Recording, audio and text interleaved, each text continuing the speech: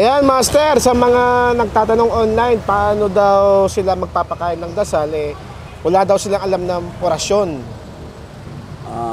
Actually sa gamit, kung saan ang gamit pinanggalingan, siyempre pag nakakuha ka ng gamit nga legit, yung may alam talaga, kinukuha nyo. Sa legit kayo kumuha. Para ituturo rin namin paano papakain ng isang agimat. Di ba, kumuha ka sa akin, ituturo ko paano papakain ng isang agimat. Ganito kasi sa nag-aagimat, tulad sa akin, siyempre, may dasal yan. May buong dasal talaga yan. Sa papakain sa patay, sa mga mutya o sa bato, sa lahat ng kalikasan. Kasama ang tuway-tuway, mutya sa tao, dinadasalan yan. Iba ang kalikasan, pero siya likha siya ng Diyos. Matao ka man, mahayop, mahangin, bato, lupa, apoy, yung tawag ang mutya, yung lumabas na bertod. Ngayon, halimbawa, magkwento tayo sa mga bato. Yan ang mga tinawag na kalikasan, mga bato. Pero may mga batong mutya siya. Yung buhay talaga siya, ngayon yung tawag ang mga mutya. Ngayon, merong pakyaw nga dasal, yung tawag nga pakyaw, pangkalatan. Sa bato, sa tuway-tuway, sa mutya sa tao, sa mutya sa bato din. Yan ang tawag kalikasan.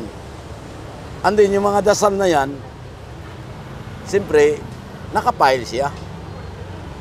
Pero ang dasal na yan, galing talaga sa nag-aagimat.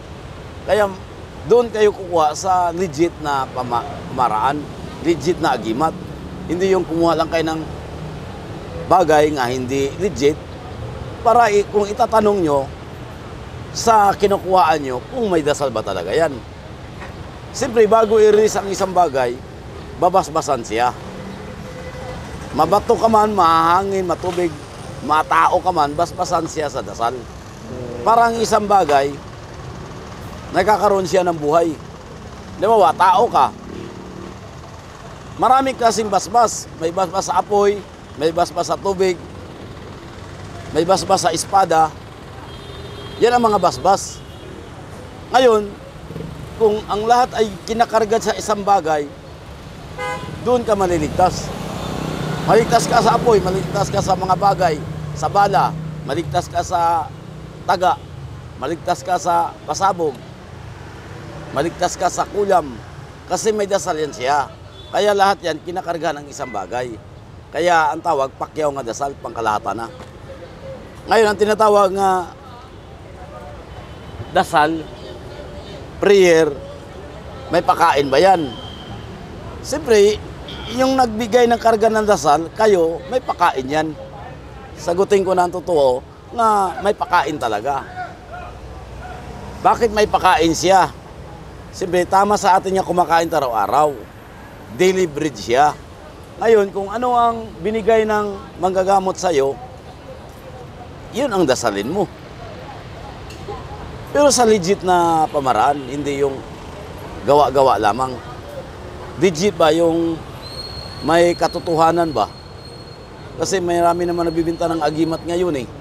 Pero malalaman mo naman sa YouTube kung sino ba talaga ang tunay nga nag-aagimat. Tunay nga nag-aagimat, nga tumagal sa agimat. Nga tumagal na siya at nakita mo naman ang mga comments diyan sa YouTube nga ang agimat nito ay nagana talaga. O may basbas talaga siya, may bendisyon. Ngayon, yung kumuha ng agimat, bibigyan mo rin ng dasal. Hindi lang dasal ang ibibigay, yung daily bread. Yung bawal, isama mo na. Isama mo yung bawal. Kasi ang bawal kasi, siya ang nagbibigay ng diskomunyon sa tao. Di ba, may agimat ka nga tested. Ginagawa mo naman masama ang gawa mo sa tao. Siyempre, paano siya gagana? Bakit hindi siya gagana? Kasi ang ginamit niya sa salita, iya kadasal sa Diyos. Kung ginamit ay dasal sa kadiliman, naging masamang agimat mo dyan. Pang ano yan, pang kadiliman yan. Kasi ang agimat, pang kaliwanagan lang. wag ka lang gumamit ng kadiliman kasi pag ikaw ay siningil ka na ng Diyos dito sa lupa, hindi ka rin matatanggap sa panahon pag ikaw ay sinisingil nga sa bandang huli. Kasi hanggang lupa ka lang, hindi ka mapunta sa isang lugar na mailigtas ka, mapasadya Diyos ka, mapapalupa ka lang. Kaya nga ang sabi nila, pag ikaw ay nanghingi ka ng kaalaman sa kadiliman, mabilis talaga. Pero kung sa liwanag, mabagal kasi obserbahan ka pa ng Diyos eh.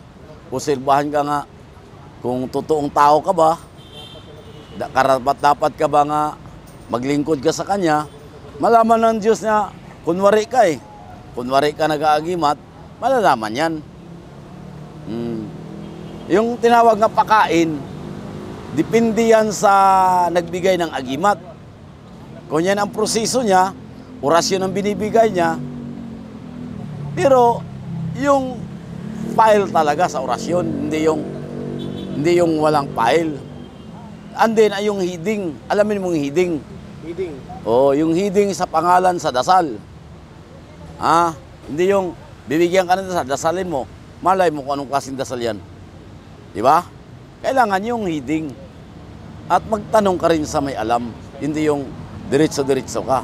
I-compare mo muna nga, okay kaya itong dasal na to. Tsaka, lumapit kayo sa may alam nga talagang totoo yung dasal niya at totoo yung mga gamit. Kasi meron man nagsabi nga, ay, totoo yan kasi matagal na yan sa kalaw. And then, matagal na nag-aagimat yan, marami nang kumukuha dyan. Ngayon, ito naman, maraming copy eh. Yung tinawag nga, kopya na lang ba? Kopya sa agimat. Nga. Ako, 2014, nag-viral 2017.